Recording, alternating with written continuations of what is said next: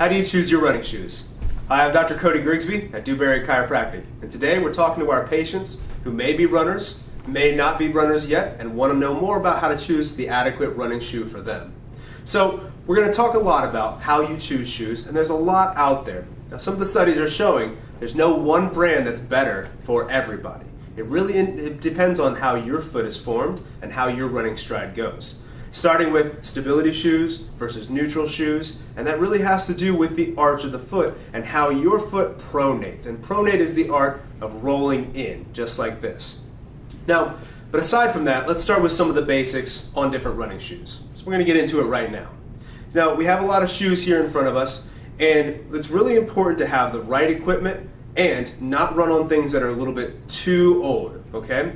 Now, this is a great example right here. Now, some research is showing that when you run on shoes that are over 250 miles, which is the recommended time to recycle, get a new pair of shoes, that you're actually spending more energy and more time on the actual cushion. So this is a great example. These shoes right here, you can see, are worn down to where the tread is starting to become pretty flat. Now I've pushed it a little bit more with these, but as chiropractic physicians, we can tell a lot by the tread of your shoe. Normally, you should be running by landing on the outside and rolling over into the big toe area. That's where you get the push off with your gait. Now, some people will be more of heel strikers, and you'll see that tread wear in the back. That's not ideal. It ends up wasting a little bit more energy and time being on the sole of your shoe. Now, when it comes to support of the shoe, everybody wants to have good ankle support. That's very important. However, a lot of people tighten the shoes too much, and you want to have a good flexibility with the actual foot. So you want this part to be very loose in the midfoot, and then you can have it tight on the ankle. But this is also a shoe that's a great example of what not to use when it comes to running. You don't want the shoe to be too easily flexible and collapsible, just like that.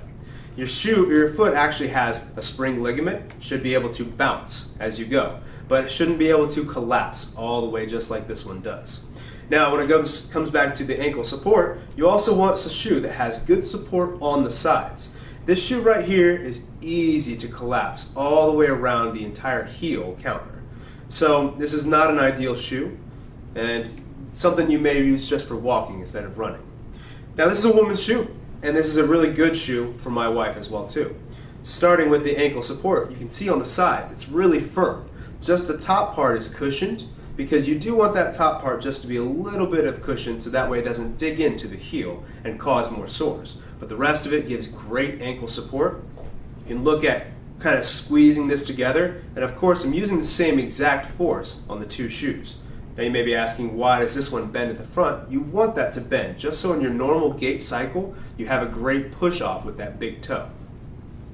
Now, also important is that you have a good wide toe box as well too. Now, it really depends on how your foot is formed, but they make normal, they make wide, extra wide as well too. What's important about that is your foot, as you land, your toes are going to spread out a little bit. This kind of distributes the force a little bit and helps you have more of a spring effect. So the wide enough toe box, especially for our distance runners, is very, very important. Now, there's another great shoe, and another part of this shoe that's really important is that the height of that ankle support is going to cover the entire calcaneus bone. In summary, make sure that your shoes have proper support. Shouldn't be overly flexible or collapsible, just like that. Make sure that they're not overworn. You're going to waste a lot of energy with shoes that are worn down.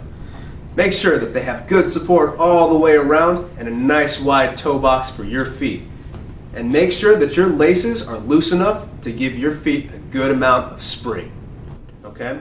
Now, if you have any more questions, you can always come see a chiropractic physician. We can evaluate your foot and understand a little bit better of how that fits best for you.